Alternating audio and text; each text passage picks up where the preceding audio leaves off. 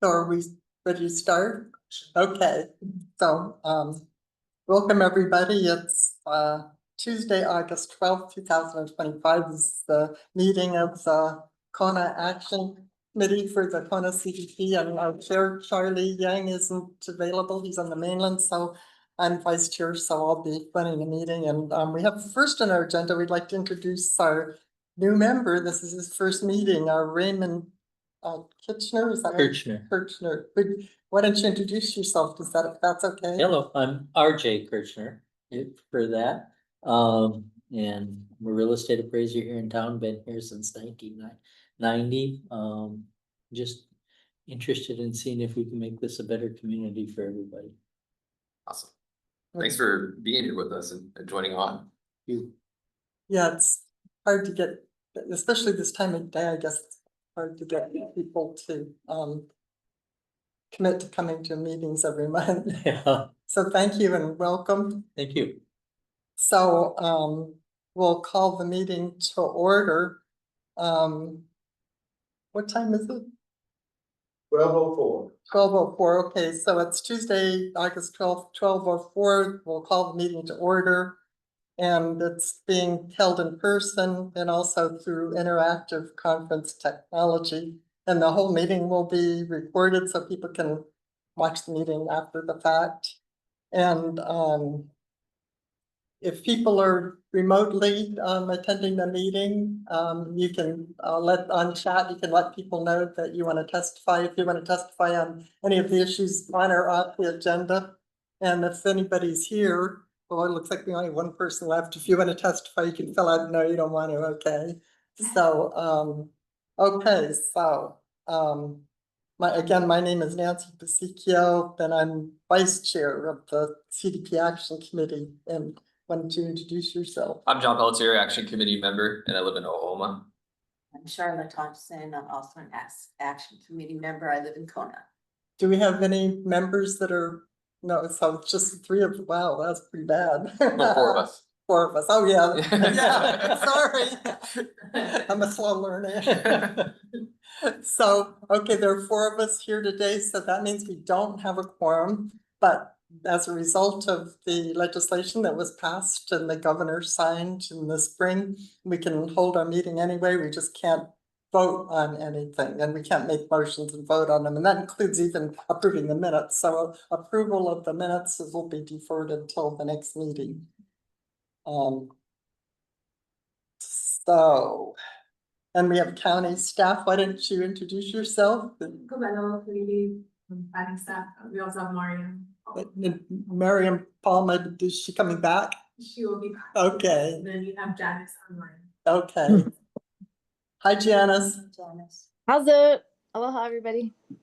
Hi, Janice. Hi, Bud, as well. Oh, sorry. And Some palmas.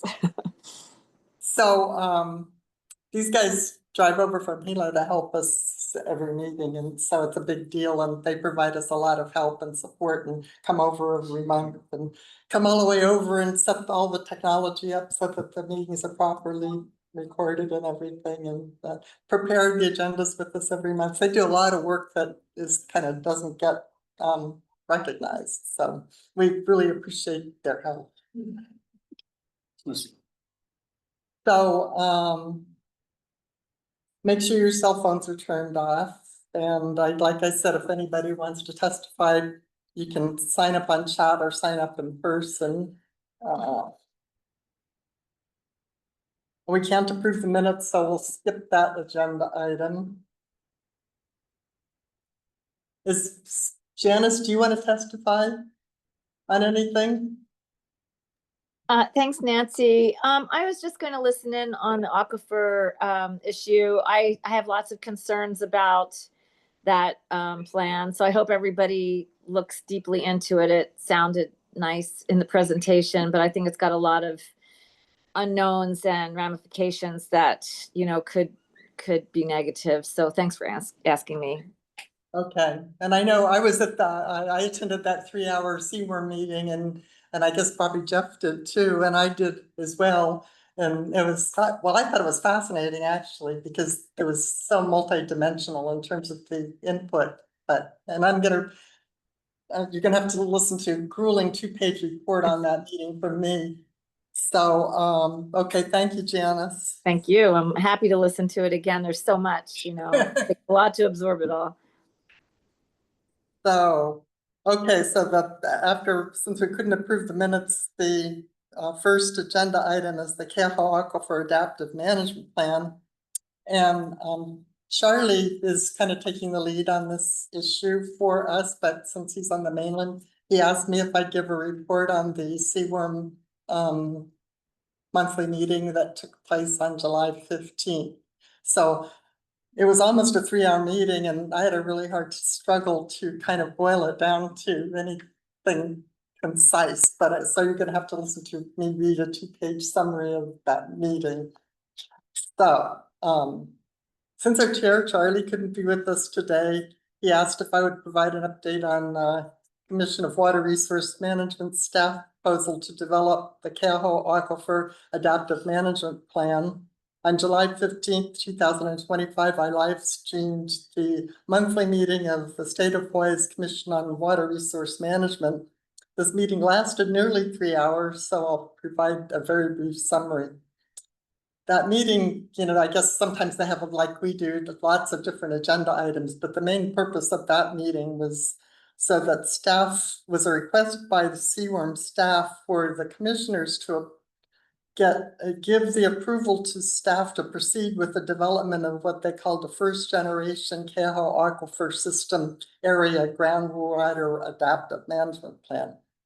The presentation was provided by Deputy Director of State Commission on Water Resource Management, Ki Kahahane. And she's, like I said, the Deputy Director, and she's the same person that gave our presentation, that brief summary at our last meeting. But she gave a much more detailed presentation, of course, to the Seaworm commissioners because they had it on the agenda, something to vote on. And, so they also got a 500-page background report. That was quite a background. That included a lot of the stuff that Jeff had sort of the history of the thing, from years back. It's a huge subject. But anyway, so after about 3 hours of getting a presentation from staff and also lots of discussion from the commissioners as well as people that came to testify, the commissioners voted in favor of the request by staff to move ahead with drafting the first generation Cahoe Aquifer System Adaptive Management Plan. Staff says that they feel that the first generation AMP will come before the Seaworm Commission at the end of November. I kind of got the sense that wasn't carved in stone. I think that people were kind of commenting that it's an enormous job of what they're trying to prepare between now and then. There was some question that maybe it wouldn't be ready by then, but that's their target, is to try to have it done by the end of November. It was explained that a major factor leading to the pursuit of this plan was the 2013 petition submitted by the National Park Service to have the Cahoe Aquifer designated as a water management area. And the water management areas are special areas across the state where additional commission regulation is required, so that if somebody wants to drill a well or they want to extract water, there's a lot more oversight on the part of Seaworm to regulate use. And so the National Park Service in 2013 thought that the situation of the Cahoe Aquifer is such that it justified being designated as a water management area. And so they filed a petition in 2013, and it took until, I guess, 2017 for the final vote, and the commission denied the application. So it didn't end up being designated. And so, but there are a lot of people that, really feel that it needed to be. And so the passion and involvement and participation continued. And Seaworm decided, and I guess the staff came up with this idea of this Cahoe Aquifer system plan, adaptive management plan as a way to sort of supplement, the lack of, water management area designation. But it was, the big point that I noticed is somebody, I don't remember who it was, but somebody made a big point of saying, this isn't a substitute. And the implication I got from that was that even if they get this adaptive water management plan approved, that still could be determined that the area still needs to be designated as a water management area. So it wasn't like one was gonna rule out the other. If I don't know if I explained myself well, but I thought that was an important point. Well, Chair Chang said at the end of the process, it may result in them deciding this would have to be a designated groundwater management. Yeah, then I was glad that whoever said it, and I remember who it was, because I think that without making that statement, that people would have questions whether they were just trying to do this in lieu of, sort of. So I was glad that that emphasis was made. But so instead it was explained that the Kehoe Adaptive Management Plan is a pilot effort. It's never been done anywhere in the state before, to monitor and protect the groundwater resources of the Kehoe aquifer system, along with cultural practices and unique ecosystems along the Kona coast that depend on these water resources. And we're a groundwater dependent ecosystem, which means that, other islands and other parts of the islands, they also have surface water, which they utilize. Well, obviously West Hawaii doesn't have much, we don't have any rivers or streams or waterfalls. So this underwater aquifers, so we have to figure out what's happening with it and make sure we're managing the resource as the population grows. Many of those individuals that came to testify, and also some of the commissioners, I think there was a lot of questions and confusion and requests for further explanation, and I think a lot of people didn't really know what was attempting to be accomplished. So a lot of questions were raised and a lot of explanations were given, and I think that's one reason why the meeting lasts so long. So but the thing that made a big impression on me is that a lot of people that came to testify are people that have been involved in this issue for years and years and years, like even before 2013, when the petition to have it designated. But those people provided so much supplementary information to the whole process, like the application by staff, was more of the science of it. We're gonna monitor the water, we're gonna see how much we're using, and we're gonna consider, changing what sustainable yield is and things like that. But the people that have been involved for years truly understand the resource and truly understand, like the Coloco fish pond hui folks, and some of them came here. They've been living, with that resource and monitoring it for years, and they can see that resource, that the amount of fresh water going into the pond is actually decreasing and the salinity is increasing. It actually changes the balance of the ecosystem, and also it impacts, like Coloco Honokahau Historical National Park has more alkaline pools than anywhere in the world, and there's unique species that live in those pools that don't exist anywhere else in the world, and they depend on a specific balance of salt and fresh water. And so you can really understand why the National Park Service thought it was very important that the resource be managed properly. And that's, again, there was a lot of information that those people that came to this meeting to testify were able to bring to the table to give a fuller understanding of what's propelling this urgency. That's mostly the summary. The Pat Simmons from Environment Hawaii did her own summary, which was very much more extensive of that meeting, and I got it.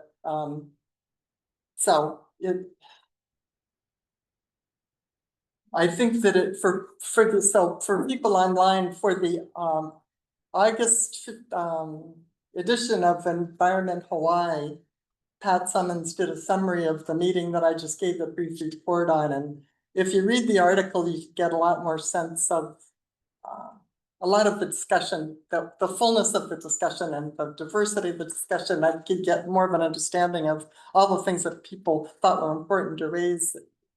I thought it was an excellent meeting. I mean, I think a lot of people were dissatisfied with some of the answers they got from staff, but on the other hand, it was the beginning of a really important conversation, and I thought it was very comprehensive. So, but I thought Pat Summons did a very good job in terms of articulating the capturing the meetings. Did you think so, Jeff? Yeah, yeah. And I have a copy right already with, but, You want to and copy? there's 2 articles in there. Yeah, I just looked at the other one. I didn't know you talked about it. Anyway, he really covered it extensively, so.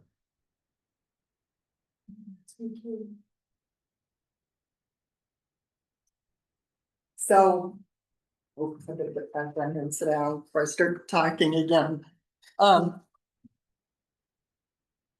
So that's what I have for that particular meeting. I don't know whether at this point, does anybody have anything they want to add that, to that particular subject or any, I don't have the questions. Charlie would have more of the answers. I don't have the answers. I'm just learning about the subject, but it's obviously an important thing that's just beginning to happen here. Do you have anything you want to say, Jeff, since you know a lot about the subject? It says a lot. But there's another good article on Sierra Club too, has a good article about it as well. It's I'm glad things are moving, you know. Park Service filed a petition in 2013, denied in 17. Kind of one of the consolation prizes was this adaptive management plan. Well, whatever. Well, I think they raised the point that it was needed, you know. Right. And so it languished for quite a while, and you know, partially we had a pandemic and stuff, and but I'm glad to see that there's traction again and stuff. Another important point was made that the county and the state have been operating under this formula for what's sustainable yield, how much you can extract from the Kehoe aquifer without taking too much out. And the staff from Seaworm admitted that they thought that probably the premises that were used to come to that conclusion were outdated, and they were recommending that needed to be examined, that maybe the assumption of sustainable yield is outdated and inaccurate, and there was an important thing that needed to be re-examined. And I got something. I went back and read all of a bunch of the documents that Seaworm has posted, including our petition. I hadn't read our petition for a long time. And since this is the Kona Community Development Plan Action Committee and stuff, in our petition from 2013, we have a graph of if you use the current zoning and it was built out to where the county general plan is, where would we be in relation to sustainable yield? And far exceeds the sustainable yield. Yeah. With the way it was zoned, land use, the old kind of general plan. And so I believe, I haven't gone to double check this, but I think the new general plan has higher density, so. Well, that was the other thing that got brought up was Charlie called me and we were talking about this. He called me from the mainland, and he's more interested in kind of how making sure the county is accountable, because the county's water plan is outdated and everybody agrees with that. And also, you might have sent this to me, but the county also tried to do a district water plan like for Kona. For Kehoe, the Kehoe aquifer specifically, and it went before the council, I guess, and it wasn't approved. And the reason it wasn't approved actually is they referenced the Kona Community Development Plan, because they said that if the TODs are all built out to the capacity that they're designed as, that again, they didn't have the information as to whether that would exceed the sustainable yield. And I just read that for the first time a week ago. And so Charlie was interested in, the county has to be more a part of this process, and we just can't let the state, do their study and we have to be able to plan for future growth, and approvals have to be based on, some foundation of, the state can't be doing their thing in the county. They have to integrate their efforts more, and the county needs to update their water plan. If, The water use development plan kind of do Yeah. that integration. yeah, Because it's kind of, I think the Department of Water Supply produces it, the board approves it, and then CWRM approves it. So that's, that's county and state.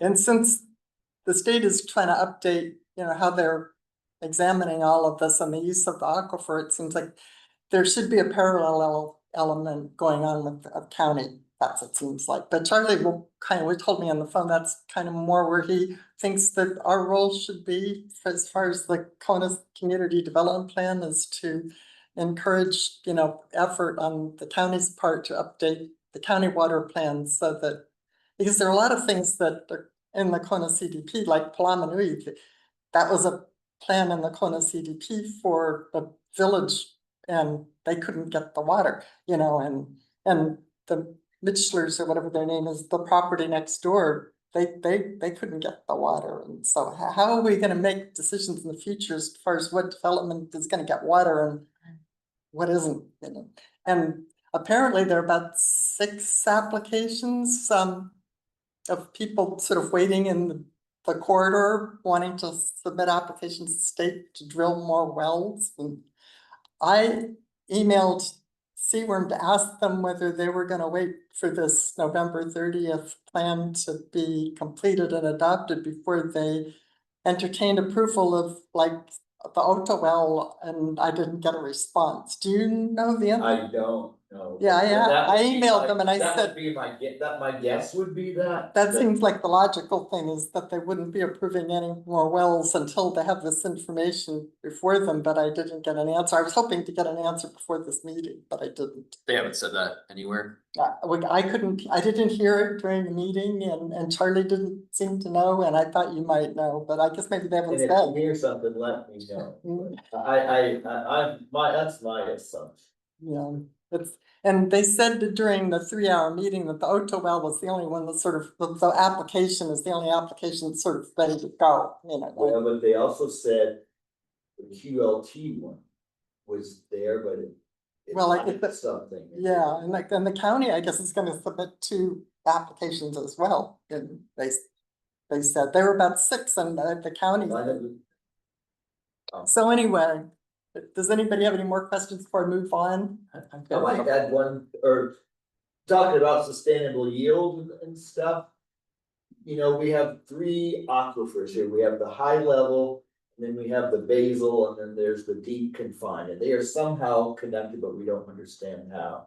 And so one of the ideas is we need to know what the sustainable yield is for each of those aquifers. So there's different, like the QLT well they're proposing would go into deep confined.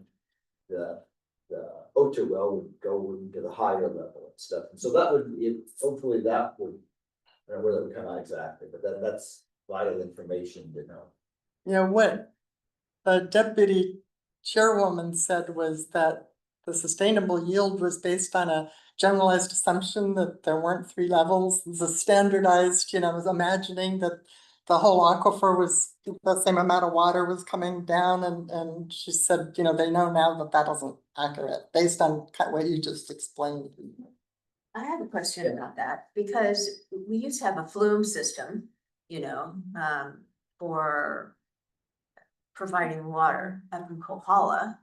And they were drilling right into the side of the mountain. Is that what you're talking about, like a separate No, aquifer? well, yeah, that would be going in to tap the high levels, yes. Okay. That would be going to the high level. So what we don't know is if they're connected or not connected. Is that Well, we correct? know they're connected to a degree. Okay, And so right now they look at sustainable yield, like, the Cahill aquifer is, like it's a bathtub or whatever, and so much goes in and then you could take out so much. But that's not necessarily how it works. We can't rule out that some water may be coming from Mauna Loa stuff, you know, so for the deep confined, and so. Right now, they look at sustainable yield and they say, okay, Kona gets this much rain per year. And basically sustainable yield is you can pump out half of the rain per year if you're sustainable, and so. That's not necessarily the case if you. You know, if you got water going offshore discharging and you've got maybe water coming from Mauna Loa. And degrees of connectivity between the three is all unknown, so it's complicated. The other thing I think that the deputy chairman said was. When the water enters up Malka, it might take, what did she say, 3 years before it ends up coming out? At least. So. What you're measuring, like at the alkaline pools right now, you know, it's like, Could be decades. yeah, I mean, that was kind of mind blowing to me. It's like, wow, how, it's to keep monitoring this in any kind of timely manner to predict, and then also to plan to accommodate new growth, you know, I mean, it's, I hope, you know, I mean, I'm glad that they're undertaking this process of trying to answer these questions, and it's kind of amazing in a way that it hasn't been done before now, you know. But, so anyway, and, Charlie went to another meeting subsequent to, this meeting that I just talked about. He's been designated as that they have the seaworm proposal has different, the processes for getting input, the scientific input and Hawaiian input and community-based input, and Charlie's, they asked Charlie if he would be sort of a community representative, and so not only is Charlie our chairman for this committee, he's also helping to facilitate getting community input for the adaptive management plan. So he attended the what is it called? Yeah, I think I've got the wrong testimony in front of me. That's why it wasn't coming to me. And I may have given all my copies to you guys. So is Charlie's testimony has his. Yeah, I think I might have gave my. Oh, thank you. So, so this is straight from Charlie, and I'm reading the email he sent me. He said, aloha, talking about this meeting. He said, members from the community of Kapolei, Koloko, Kahaluu, Koanaiki, Honokea, and Kailua, and Kealakekua met with the deputy director, Kira, and staff, Stephanie Sang, and also Peter Adler, the consultant for Seaworm, on July 21st. The meeting was held at Seaworm's request to gather comments from the Hawaiian community on Seaworm's proposed adaptive management plan for the Keaho Aquifer. Questions were raised regarding the county's role, and this is the county issue coming up again, on water management, as well as private developers or hold or apply for water permits. That issue came up at our last meeting. What specific responsibilities do they have, and or will they participate in the adaptive management plan process? All the community representatives shared concerns about water quality and quality in their community resource management work. Charlie goes on to say, quote, we have changed our relationship with water. Hawaiians would not contaminate or waste water. Use of water to manage human waste or to irrigate golf courses or other non-essential practices is considered wasteful. Hawaiians have an obligation to look after one another. Water is universal, it's to be shared. Concern is that water will be less accessible for future generations in a healthy environment. What are the expert panel serving as advisors. He's asking about the adaptive management plan process, and he said this question came up, that who are the experts that are gonna help give input to this adaptive management plan, I think is what he meant. And then he says, open to more discussion. The meeting was scheduled for 2 hours and concluded at 12 p.m. Charlie. So I told Charlie I'd read his input into the record. I have a couple of questions. The Kehoe Aquifer, is that also the aquifer that's the Kona? Is there a Kona Aquifer as well? It's the Kehoe Aquifer basically goes from Kehoe up north to Monte Lavena and to the summit of the Walla. Okay, It's for all of the basic, the whole district of Kona is, relies on the Kehoe, isn't that right?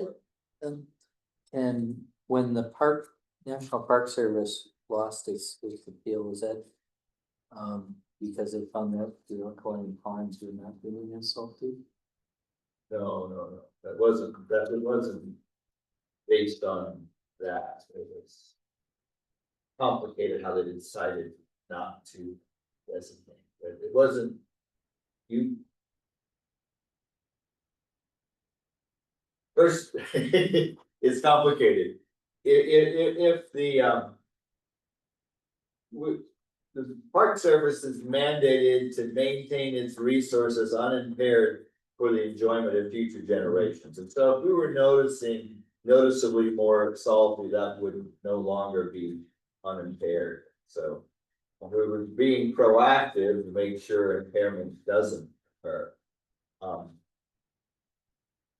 And my understanding is that the development Kona Iki next to the park actually has shallow wells that it uses for its sewage treatment plant and the golf course. Well, I think 100% the golf courses, they desalinate brackish water, irrigate the golf course, and then inject the super salty water down deep. I think they use the treated wastewater to irrigate too. I'm not 100% certain on, but I'm pretty sure that's the case. I'm just wondering if that might be the impact that is impacting the ponds more than the drawdown from. Well, all of, this is it's cumulative, I mean, we don't know exactly either how all of the things are. The park has the Kona-Iki desalinization wells right on the northern boundary of the park. Yeah. And then up the hill from the park, there's a whole bunch of wells too, and it's hard to know which impacts, And then my last observation is that your assumption was that if you built out everything according to zoning, I do appraisals on all the islands, and I've never seen an area that was completely built out to density. I'm just, Okay. it's, but when do you stop, I mean. It's a good question. Yeah, And you gotta have accurate numbers. I don't argue that, but that is true, but yeah. And you gotta have accurate, we need to Right, know. right. what And then one of the things they brought up at the meeting, and I've heard it before, and it didn't really sink into the last meeting, is I guess in the state water code is you designate when the aquifer gets to 90% of sustainable yield according to authorized planned use. And that is a undefined term. It's what is authorized planned use, so that needs to be sorted out. But you could argue that authorized planned use would be current county general plan. It would be one argument. There could be others, but that's just. I was just curious. Yeah.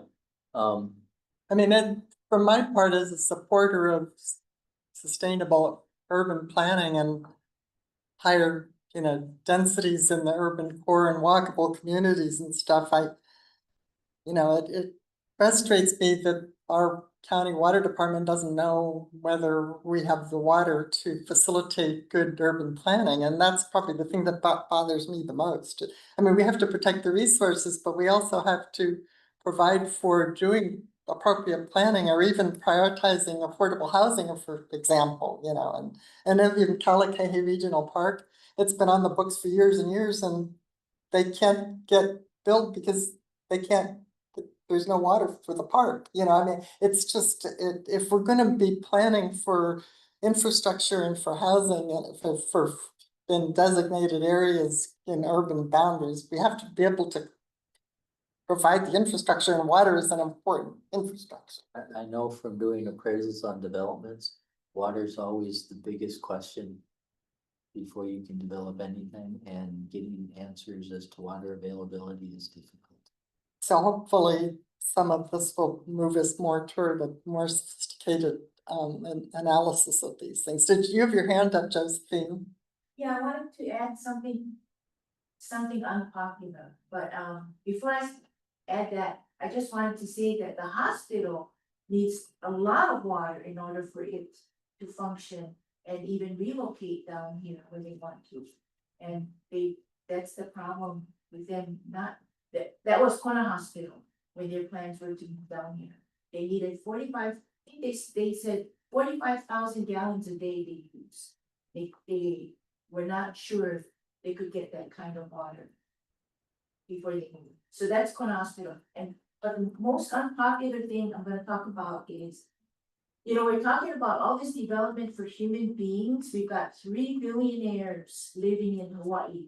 One on Lanai, one on Kauai, and one right here, Benioff.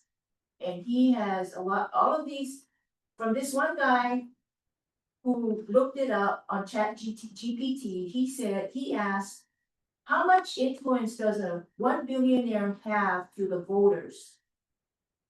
And 1 billionaire has more influence than 10 million voters. 1 billionaire. We got 3 here that I know of living in Hawaii. And all of them are all about AI. Okay, and AI one day is going to replace a lot of things here. Okay, a lot of what we do here. And in order for them to run AI, they need data centers. And data centers take up choke water. And with what's his name living on Kauai, this guy living over here in Waimea, and Ellison on Lanai, I can almost see them wanting to go build a data center somewhere. Can I interrupt you, Josephine, for Yes. now? Could you address that issue when we get through the regular agenda? Okay. Because it seems like it's not related to specifically what we're talking about right now. And we have a space now on our agendas for things that aren't on the agenda. So thank you very much. I appreciate it. But the point about the hospital is huge, because we do Yeah. need that hospital, and like you said, it uses a ton of water. Well, I hope when the county does their water management plan, they'll Yeah. want to address some of these things. Yeah, exactly. Just to, I'm on the hospital board. Oh, really? And I haven't even heard water be brought up thus far in the development of the new hospital, so. It makes sense that they need water, but a lot of Yeah. water. I don't know anything about it, but anyway. So I think for now it's the next, this is a moving target, so I think it's gonna remain on the agenda.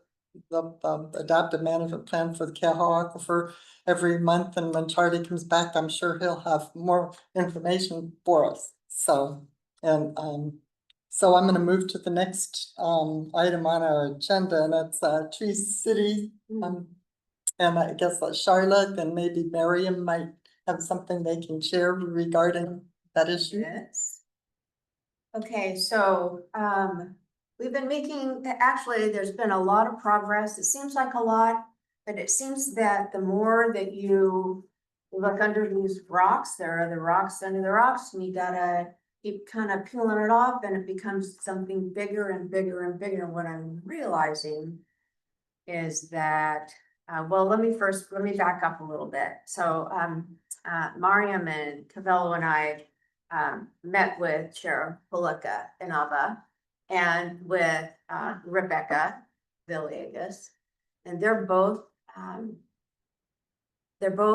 very supportive of our Tree City designation. We explained that we sent a letter to our mayor and that he didn't respond, and we sent it again and he didn't respond. And they said, well, let's see what we could do to help. They also said that they would try to open up the books for Parks and Rec to us so that we can see if we've already got that 2% per capita that would fulfill one of our standards for Tree City. We've got 4 standards. And one of them is a $2 per capita that's spent on tree maintenance, cutting machinery, you know, all kinds of things, personnel. They seem to think we definitely have that already. But the more that we kind of talked about this, we realized, and the other thing we needed was to get an arborist advisory committee reinstated. It's in the county code. We're supposed to have it. The mayor's got to do it. And the committee kind of goes out of function every time we have a new mayor. So he needs to appoint another an arborist advisory committee. Basically right now, and for the Tree City USA standard, what we're looking for is a tree board, and that would fulfill that aspect of it for us. But our arborists our arborist advisory committee have been committed to exceptional tree programs, designations, registration, which takes an exceptional tree. Somebody's got to nominate it and they approve it. And then it helps with funding to maintain that tree. And it also gives us some grants and things like that we can apply for pertaining to all of that. But what we realize, and what Nancy has jumped on board with us also, a great asset. You're such a great asset. I'm a researcher. She put together, I should just sit and read these to you. The things that she's pulled up and found that I looked for and didn't really know how to search for it, but she'd take PDFs and create Word documents and then do searches. And she was coming up with all kinds of stuff that I had no idea was even there. And what we're finding out, the more important thing even than our Tree City designation is to get a county planting plan. Maui has, they're just in the final stages of their planting plan. Here's their 3rd edition right here. Worth reading. I mean, it's amazing. So what it's doing is it's giving the arborist committee a little bit more scope than just our exceptional trees. And I would certainly want to do that for us. It would be so, I was going to say it's really stupid not to. It's kind of a no-brainer. What we're looking for is care of our island. And we're looking for beautification, and we're looking for sustainability. So anyway, this is kind of what we're going for. We want to get and we might be able to actually apply for our Tree City if we can get a proclamation for our Arbor Day. Harry Kim did one for us in 2007 and 8. We could submit this to our mayor and say, this is what it needs to look like, you know, copy and paste, put your signature at the bottom, and voila, we have our proclamation.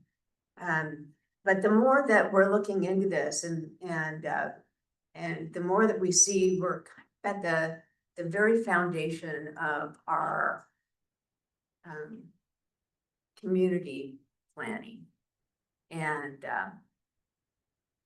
we would be really amiss not to get an arborist advisory committee that can help us with not just, you know, what trees to plant where, so that they would thrive, but something that kind of mandates in our development, this is how you plant the trees so that it doesn't destroy the streets and sidewalks. This is the kind of shade we need in this area to bring down our temperatures. we've got trees that are dangerous right now. We just had one in Hilo that fell over. Did we have an arborist report on that? Do they, can we keep things like that from happening? And that's where our arborist advisory committee comes in. The thing that I'm concerned about is that it's actually built in to our legislation so that it doesn't just fall dead at some point. That there's something, some entity within our government structure that's running it consistently and responsibly. How do we do that?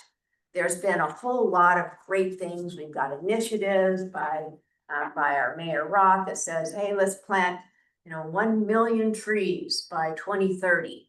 We've got lots of good intentions out there, but I'm not seeing where there's financing for it yet, and I'm not seeing how we put it into action. And I want this to be something that lasts for our future generations. We need to do it right. We need to figure out how to do it right. That's probably not me. I'm a good cheerleader, but with Nancy's help, we could write some ordinances and some legislation and see something happen. So that's the direction we're heading in. That's the update so far. There's hopefully there will be more next month that I can report to, because I know that there was a big conference in Oahu. A lot of the people that were involved in this process were there, or the people they were communicating with were there, which took up a lot of that time. And so we didn't get back a lot of responses that we were hoping to, but there's also a lot of hope. And, they're saying, hey, we can get this done, or we can get this Tree City application in by the end of the year, by deadline. We can do this. Well, that's part of it. That'll help us to say we need these ordinances. We need more than just exceptional trees. And we can build on that, and it will still give us, even that Tree City designation will give us access to grants and things that we wouldn't have been able to apply for before or considered seriously for. So that's where we're at. You have anything to add? If there's any questions. Since I talked to you last about the county climate plan, the county in August of 2023, the council adopted a county of Hawaii climate plan by resolution. I couldn't find that information, but since I talked to you, I found it. Okay, cool. And so it's a resolution, and Okay. but it has. What does that mean?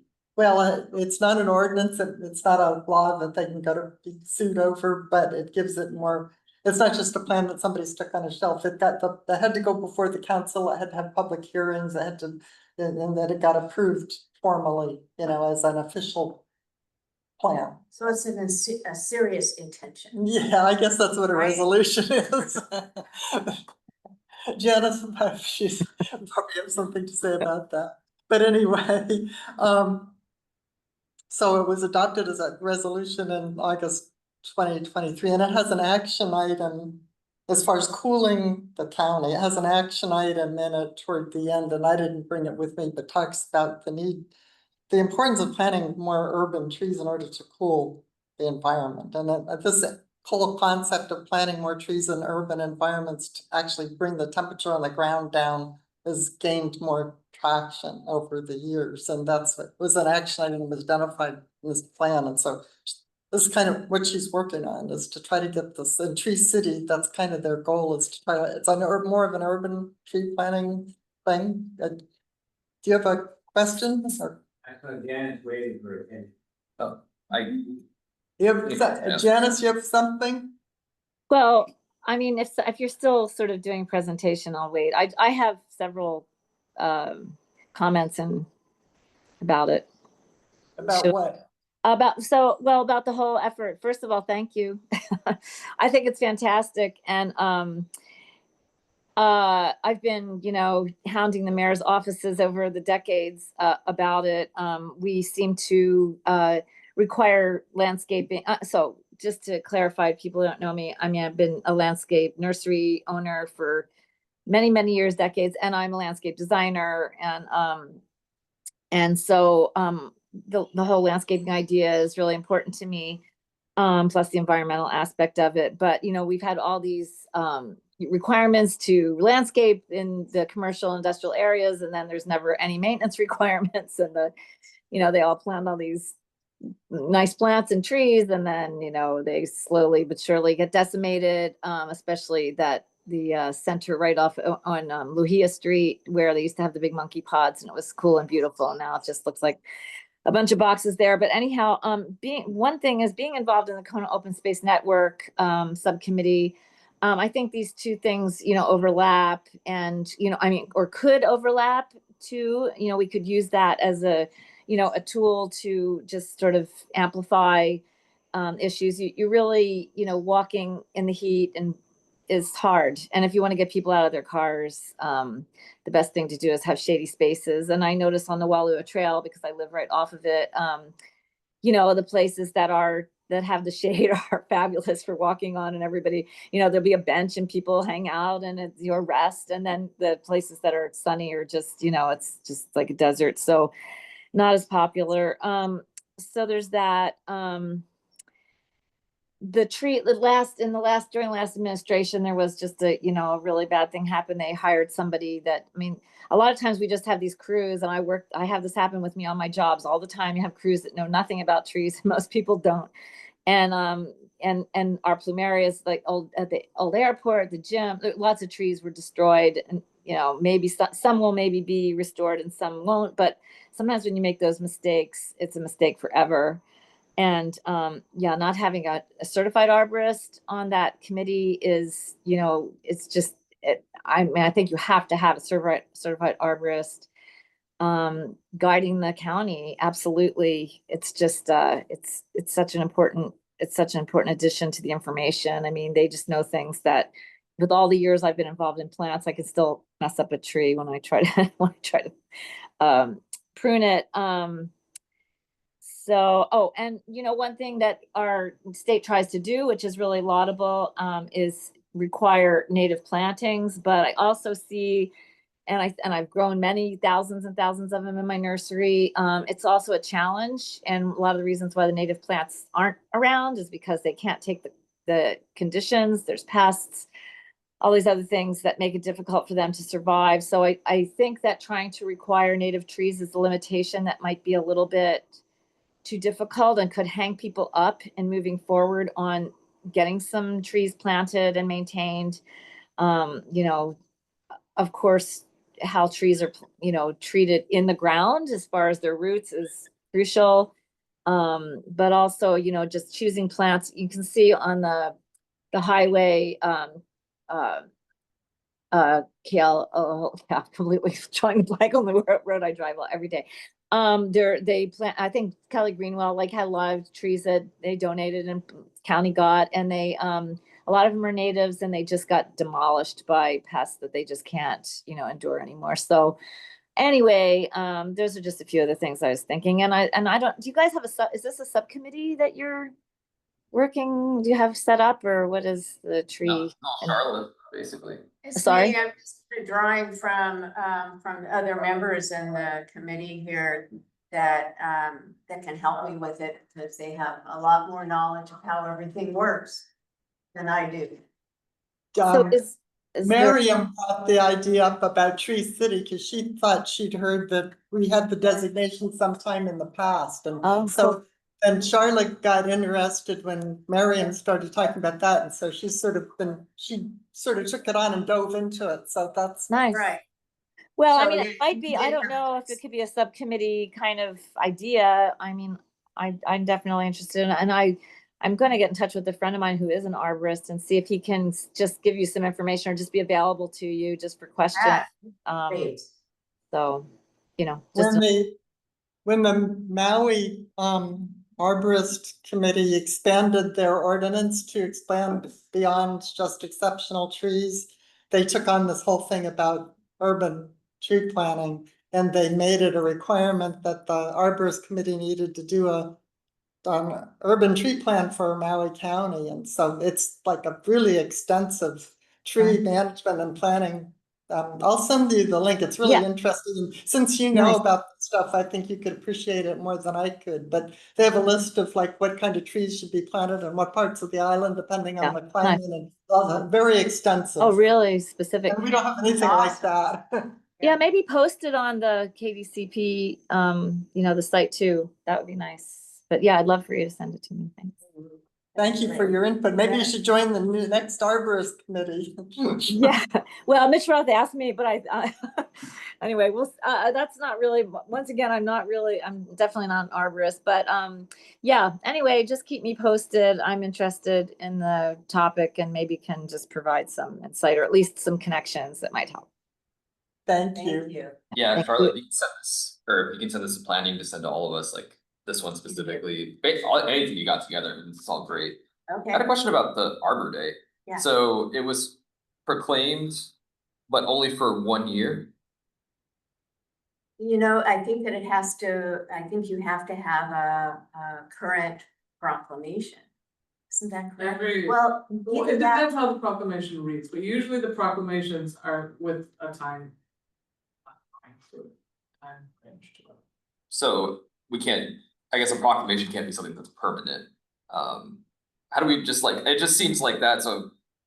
I don't know how they do it other places, I guess, but like having a mayor proclaim every year for Arbor Day seems like a not great way, but how do we do something that would be like I permanent? think it has to do with some of the. And it's things part that- of the festive, It has to do it's with kind of that. that's just kind of how he does it, so it's with homeless awareness week, he does it every year, Arbor Day, and Hawaii celebrates Arbor Day, I believe, in November. So that's why we still feel like there's a moment to like kind of push and get a lot of these things rolling already, to have the application completed by December of this year is the deadline. It looks like in the Maui ordinance that they expanded, they officially made that the county would participate yearly. They made it permanent. So they did make it. Yeah. Okay, so they did that through their ordinance. Yeah, Right. through Like through their, council. they extended the arborist committee section of the code to include it. Okay, But we still have to become the Tree City designation is basically renewed every year. I mean, there has to be And then some. that is also filed annually also. Right, so, and that has to do with finances that are being spent on tree care. So a part of this project will also be figuring out who this lives with, because technically most of the budget wouldn't be planning, but maybe this, collaboration is a nice reason to be bugging each other too, is another perspective of it. So those are the things that are coming. Also, we have the Office of, what is this, Sustainability, Equity, Resilience. Oscar, they're also in on this conversation, Right. and so we're also kind of finding, they're more interested in the Arbor Day celebration aspects of it as of right now, but. As we're kind of growing these conversations and meeting more with the state, with Ka'ulani and everything, we'll kind of be fine tuning a lot of these conversations. Everybody is expressing a lot of support. Yeah. And and part of it is just my own lack of knowledge, or I don't really feel like I can go back and contact these people and say, hey, did you ever get a response from this situation? I kind of feel like, well, who in the world are you anyways? You know what I mean? Because I don't really have the understanding of all this internal workings and how. We've learned a lot already. I've learned a ton, but there's, it's like learning a language. I can do present tense, but don't ask me anything about future or past tense. I'm not there yet. It's kind of where I'm at, Mariam is a huge help, because she understands all of these things. Nancy, the same thing. So I'm leaning on these guys, and they're flooding me with all this great information. I'm reading everything and I'm going, you should have seen me, over the last few days going, how do we put this together into a report for you guys? And I'm going, forget it. I can't read any of that. I just need to tell you what I'm doing. And we'll kind of go from there. I know another place of support you would have is with the schools, and I wonder about that interaction, because they're state, but I wonder if that would be something that the arborist committee would be interacting with them, how to get the schools involved, because the teachers there really, and especially like Calicut needs more trees, and they have a willy tree on campus, so. They had a couple, and I think they planted a couple more, so having them involved would be awesome. Yeah, I've got 3 Royal Poinciana seedling or saplings I just got started. Right now, they're doing just fine, But I know they're like on the campus. all this info about how to plant trees well would be really big for the school, because like there was a lot of opposition to planting the willy trees because they have people taking care of the area. How to maintain a How park. to maintain it, they don't really know Yeah. what to do, and maybe that lack of understanding provides resistance. So having that kind of in the schools too would be huge. That would be wonderful. Yeah, yeah. You know, You know, oh, sorry. ahead. Sorry, the Kona Outdoor Circle, I don't know, I think they're defunct. I mean, I did a tree project with them in schools a long time ago. When Diana Duff and Garrett Webb and those old timers were, really active. But I just wonder if they have some, I think it's still happening on Oahu. And I was just wondering if they have like some materials to look at as far as how they, they had a lot of stuff about trees in urban areas, and there just might be some information. They might have had plans. I don't even know. Is there Kelly Greenwell? He was another person. I mean, if you guys would want me to check on that, I could ask those people if, there's something, because they're just, you might not have to reinvent the wheel on some of it. Yeah, exactly. I've already been in contact with the Kona Outdoor Circle in Oh, Oahu. great. They would very much like me to revive it here. Yeah. A little bit of a complication just because we've already got another entity that basically has the Kona Outdoor Circle name on their 501c3. Oh, who is that? Well, with the ones that were on the board that decided to change Wow. direction for the Kona Outdoor Circle, and they don't want to be involved in any Wow. of this. Wow. Good luck. And kind of don't let the door hit you on the way out when I talk to them.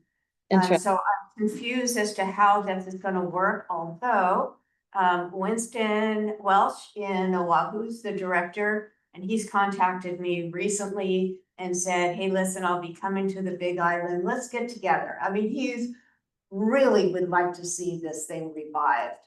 And I'm not against it, but I'm not sure how it's going to work out with this other complication. It's aligns to be Janice with the current outdoor circle. Yeah, I know some things were happening. I was just still, I would think, maybe talking to Diana Duff, who now lives on Oahu, but she was very involved in Outdoor Circle. She coordinated the project or got me involved in the one I was in. Anyway, I'll get in touch with her. I wanted to say one other thing while I have my hand raised, and then I'll leave you alone. Is that, to have to renew anything once a year is really tough. And so whatever, we could do or can be done to make it more of a long-term venture, because by the time you get things going, it's time to just go back and beg and and reorganize. And it's a lot. So that's all. Thank you. But thanks. And I'll get in touch with Diana, see if she wants to connect with you guys and give you guys her, her phone number, whatever, her contact, if she's up for that. That would be really good. She is one of the people that I have reached out to. I'm not sure that I heard back from her, but it would be good if you did that because you have a relationship. Okay, yeah, I will. I'll text her right now. Greenwell just last week, and he's all ready to, let's do something. I mean, he's so gung ho, and he goes, let's have a meeting, let's get together, but he's more concerned about the water aspects of all of this.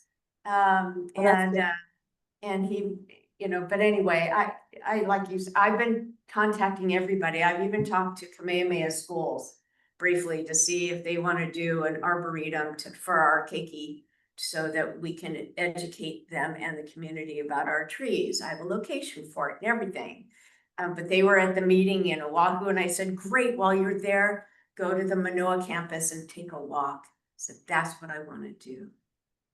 Yeah, that Say, campus is go and really be inspirational. inspired. Yeah. Go and be inspired.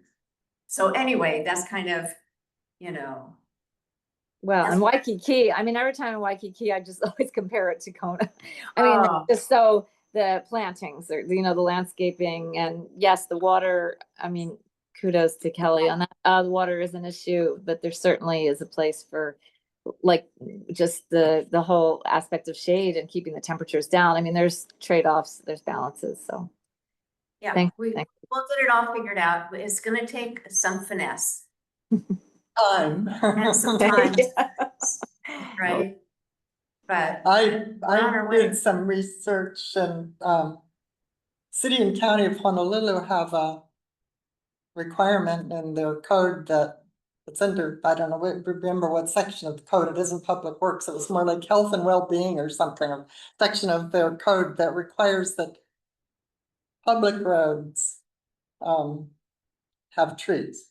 the street standards. Yeah, well, That's what you're talking about, is it's a that- very simple ordinance, it's a very short ordinance, that basically, says Right. that anything on public right of ways has to have trees, so we don't have anything like that, so there are a lot of things in terms of our standards and, county standards, and there's private property landscaping codes, but in terms of Right. public requirements for like right of ways, there aren't any. That's where we're headed.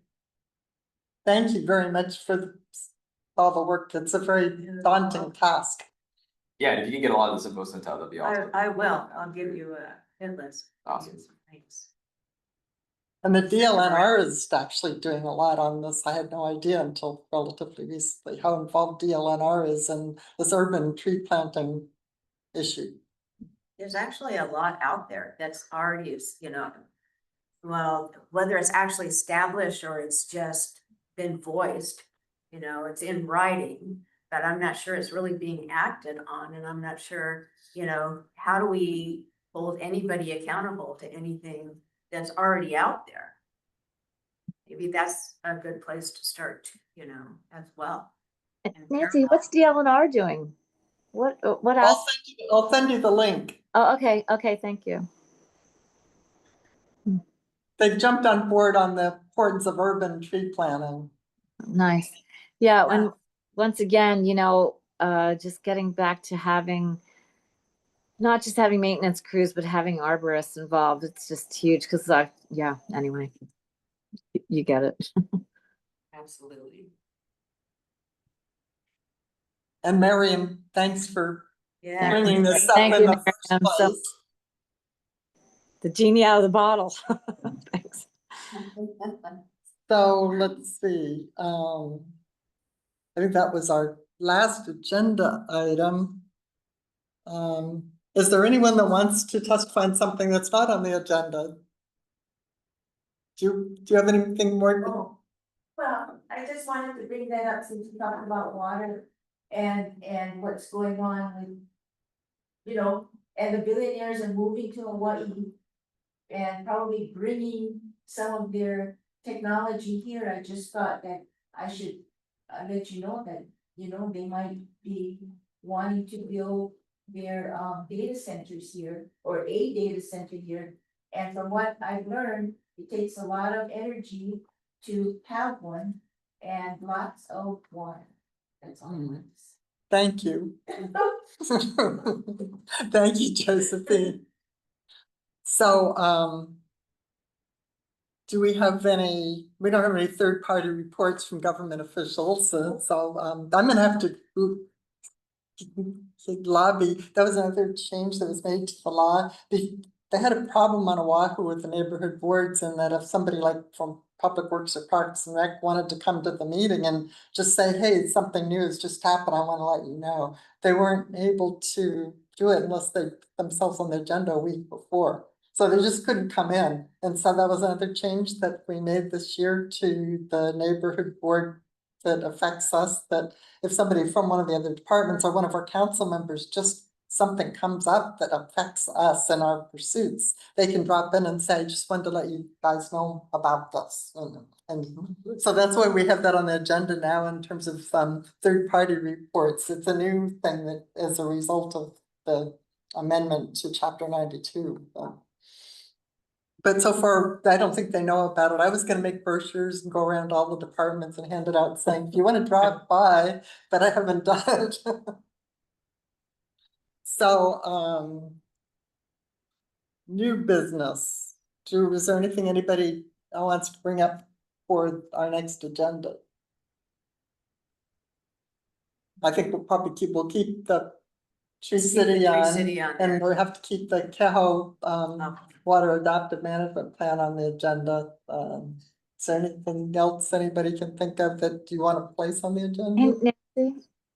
Oh, so, what's going on with the general, well, there's two things. There's the Kona Open Space Network and the general plan. Talk about that under announcements. Okay. I have a dumb question. The community development plan was supposed to be looked at after 10 years to see if it should be continued or amended. Was it ever looked at after 10 years? No, well, they were trying to get the new general plan done, and so everybody said until we get the new general, because the new general plan is supposed to have been re-adopted every 10 years as well, and the last general plan was adopted in 2005. And so they're still working on that, and so the last I heard for the planning department is they want to get the new general plan adopted before they start reviewing the CDPs. So is that accurate, Miriam, would you say? Yeah. But our area of businesses is the community development plan, right? Yes, for Kona. And I'm wondering, would it serve us any purpose to start looking into what we believe should change, because I believe some of it's outdated. I don't know, maybe we should have discussed that sometime. I think it'd be, but I think the planning department have to be involved because Yeah, what do you think? there's different scales of how this works, right? So not only is it the general plan, it's also all the other CDPs that were being created that kind of push the updates of the existing ones out of the priority list. And when we talk about updates to the CDPs, I think a lot of people assume a complete comprehensive update like they just did to the general plan, which is definitely time consuming and would probably be best with hired consultants and everything to navigate that process. But the other version of that is what I've kind of also been mentioning is to other committees is that we could also be highlighting sections and proposing specific amendments. Whether it's removing or adding or adjusting, that it doesn't need to be a complete comprehensive update at once. Internally, we are working with another consultant right now to map out the framework or how it could look to start updating these documents. Keeping in mind that not every district even has a CDP, so there's still one CDP that's left to be made. So that's another, competitor in terms of staff capacity. So that's where, that's why I bring out, there's specific things that we have in mind already that members are looking at the documents and seeing, well, like, we need something about this is new, we don't have it, and then that could be a conversation, we can map that out and see what that looks like. Keeping in mind that any amendment to this is ordinance, so this will go to planning commission, this will go to county council, and this will go to mayor. So it's not a piece of cake, and it's not gonna take, a couple of months, this will be a long, and so if you're gonna do some amendments, you might as well do a nice chunk, so I've looked at the different CDPs and think they're missing like a little bit. But it's always great to hear from committee members what they already have in mind. South Cohol is another example where we have a committee member that was interested in that as his priority project, so he started mentioning and looking at the CDP, reviewing spaces that were missing in it, or pieces like South Cohol CDP doesn't have any real GIS maps in it because it's so old. Or that just wasn't the priority into that map, the consultants didn't create that, but that would be something that definitely could be worthy of an amendment to include that into South Cohol CDP. And so looking at something similar for Kona would also be, I think, well within your jurisdiction. Yeah, there's I think it was in the national park, one of their things, they talked about the CDP, and one of it was they were opposed, I think there was a planned road in the CDP to go right through the national park. Which that's something it seems obvious to remove that, especially with the expanded highway now, I don't think that's really necessary, yeah. Yeah. And also illegal as I think as they highlighted in there, so there is some stuff like that. Could I make a comment? It's okay. I've been bringing up ever since we did make the amendments that we should revisit those and get rid of them. But I also, this is a very, I like what, I understand what Miriam's saying about, just taking little areas and amending them. I'm a little trepidatious about it because it's so hard to get the momentum going for things. And the plan, if you look at it, is it's pretty darn still current in so many ways. And we end up spending a lot of time amending, looking just kind it's sort of like a diversion. I feel like we've been diverted by different administrations, by different things that came up, special interests or whatever. And we have, there's so much to implement that's good and doable in that plan. And amending it. I agree, like the road and the frontage road and through the park, but that seems like that's a state or part of the state map. I don't know, Jeff, you would know about that. I mean, I don't think that was really this KCDP didn't, designate a road going there. But I just think that it's something to really think deeply about. I think that we made some mistakes with the amendments that we did before. I just think that we didn't think of it enough. I don't think we talked about it enough. I don't think that it helped us. I don't know. I don't think it's as easy as just like 1, 2, 3. I just think it could open up a can of worms. I've been involved in this process not since Nancy, but almost right then. And just getting everybody, the time and energy involved is beyond description. You just want to get some things done that are already there, that people have agreed to. We have community buy-in. It was thousands of people, and a lot of it is still germane. So that's just, I'm sorry, I could go off on that forever, but I do think that it's important to consider it deeply rather than just say, well, it's 10 years and it's time to change it.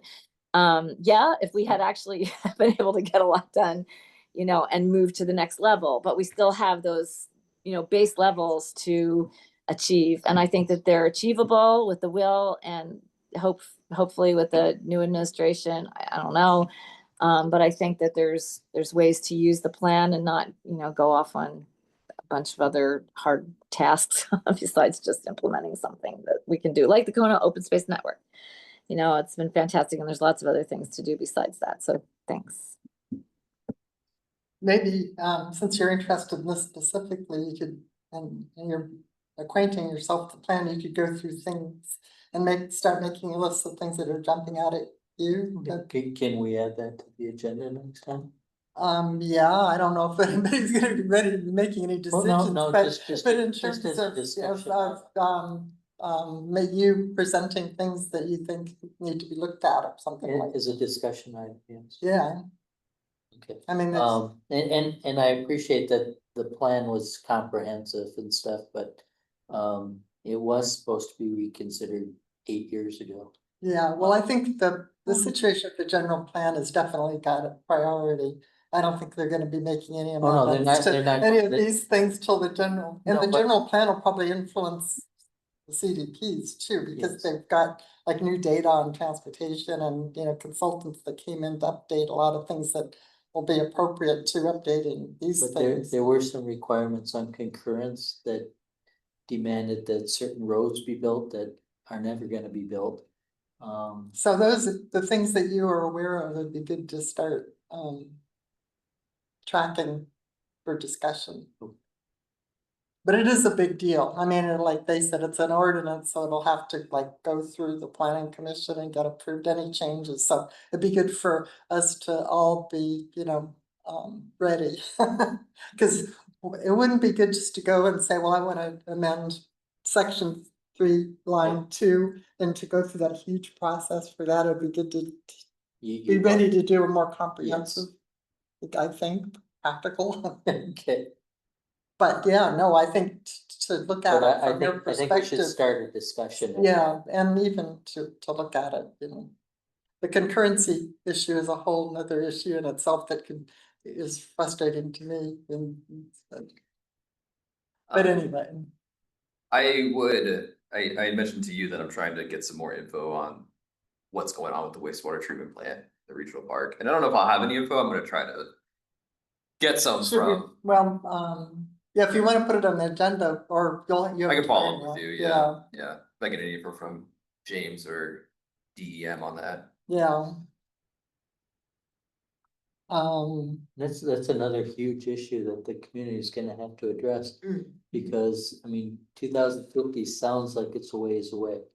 But when you look at the number of cesspools that have to be converted and the limited amount of sewer capacity that we have. It's going to be a huge issue. Yeah, And the county had a settlement with Hui Malama Honokohau and to improve this wastewater treatment plant in 5 years.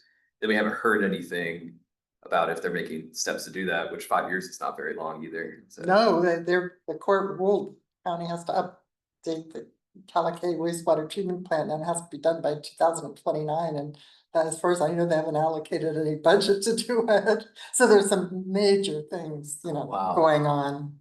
I can send you that information if you could, want. yeah. You have to be careful, you'll get buried in information.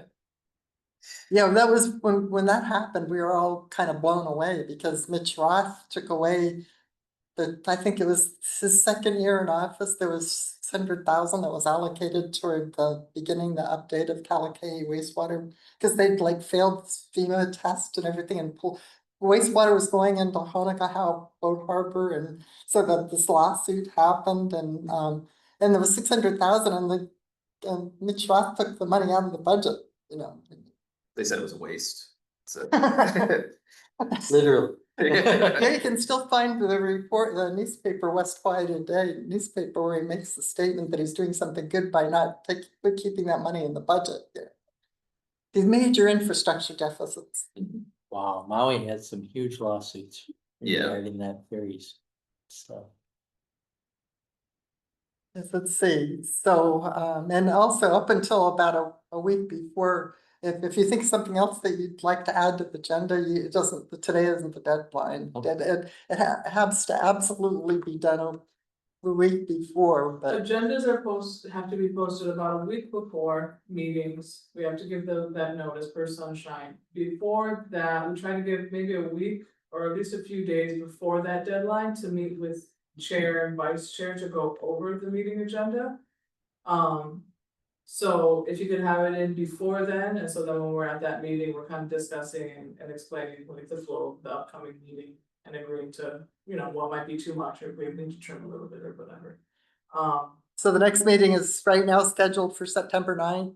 Yeah, so usually give a couple weeks at least notice before if you want it on that meeting agenda. And this goes for everybody to reach out to the CDP email. You can put in requests for agenda items and then planning will meet with chairs and review all the things that have come up. I will also try to do our best to do due diligence and reach out to committee members that we know have upcoming the projects that they're working on, or Nancy or Charlie usually already have a grip on if they're ready to give an update or not. But yeah, so we can also be talking more and brainstorming it more. And we can include Charlie and Nancy in that conversation too, so we can kind of do a full. But with that, I can only meet with two of you guys, so that's the caveat. So, Yeah, with the changes to the chapter 92 for our board, they used to be, we were under the same rules as the county council that two members couldn't meet under any circumstances at any time. But with this amendment for us, as long as it's not a meeting specifically for us, more than two of us meet at a time. So that was another change that was made as a result of that legislation, much more practical. So anyway, anything else in terms of the next agenda for now? Okay, so I'll go on to announcements. There isn't too much to report. We had the open house for the open space. Those folks that were here earlier came for the update to the open space, the Kona open space network plan. And that was a goal that was identified in the Kona CDP that we needed to do an urban open space plan.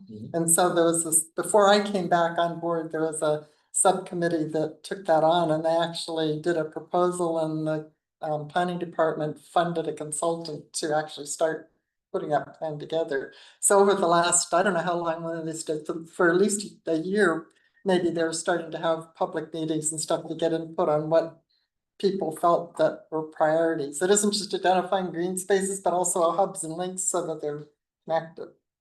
And so we had an update from the consultant on June 28th down here.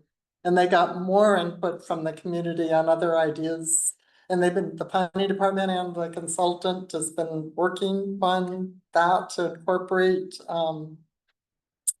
the new information. And another thing that just came up and Mary Metcalf was one of the open space committee members. Did you get this, that thing about the Palamanui forest from Mary Metcalf? Oh, so Mary Metcalf sent an email and she said, I wanted to share the Palamanui Dryland Forest Conservation Project is officially kicked off, and it's a property that the state owns that's next to Palamanui Community College, and I didn't know it, but I guess it's like full of all sorts of endangered species and things, and the state is owning it as a conservation district park plan of some sort. And I guess they're gonna start having public meetings to talk about, how it should be managed. I don't know too much about it, but Mary Metcalf set up. And I got an email today saying that they're gonna try to have a open space meeting with our committee to talk about that. And here's the little information about that particular thing.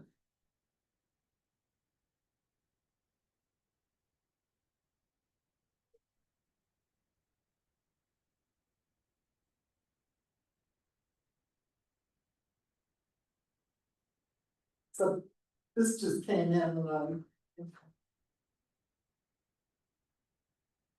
from Mary a couple days ago.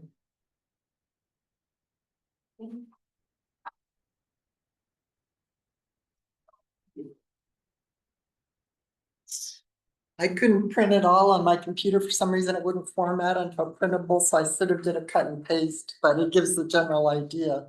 So I guess she sent this to the open space, to Jacobs, which is the Kona Open Space Network consultant, to tell them that they thought that this issue should be something that should be considered to be included in the overall plan. So I guess that they thought that it was already consistent with the format of the network, and they thought it was a good idea to consider incorporating this. So anyway, so that's what I have, and Jacobs, the consultant, is also gonna try to schedule another public meeting, but I don't think they know what the date for that is yet. So that's all I have on the Kona Open Space Network plan for now.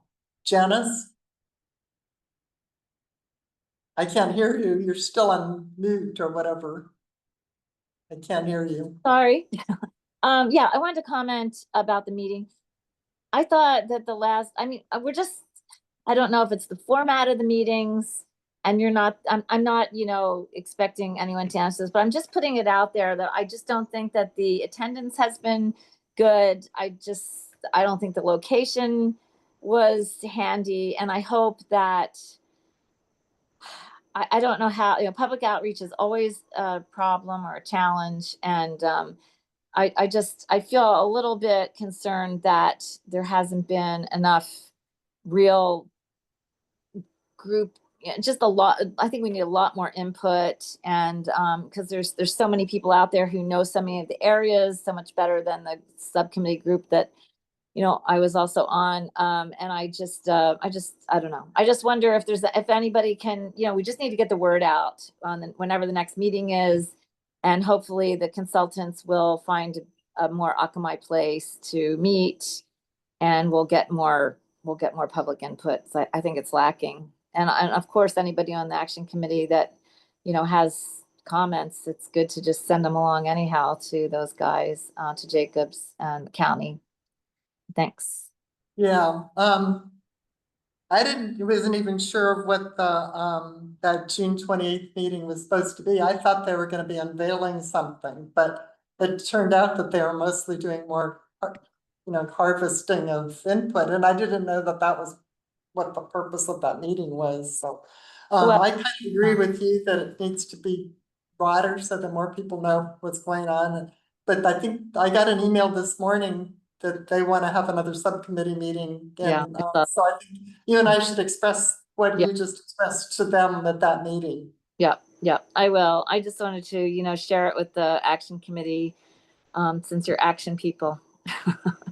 Yeah, it needs. The Open Space Committee, the consultant had a meeting on June 28th, but, and there's very little public participation. To go to all that work to have, set up a big meeting and, you know, not have enough people know about it, show up is kind of frustrating. Thanks. Regarding this meeting, do you know where the information is gonna be posted? They haven't sent it yet. I don't even know where they're gonna have the meeting. Yeah, They yeah, I was said, curious. but they just said they're gonna have it in September. So as Okay. soon as I find out, I'll let Okay. everybody know. Yeah. I've helped out, I volunteered once in this area. It's a, I mean, really incredible place. Stratton Yeah, I Forest had no area. idea. I guess Dr. Richard Stevens Yeah. has been working on it.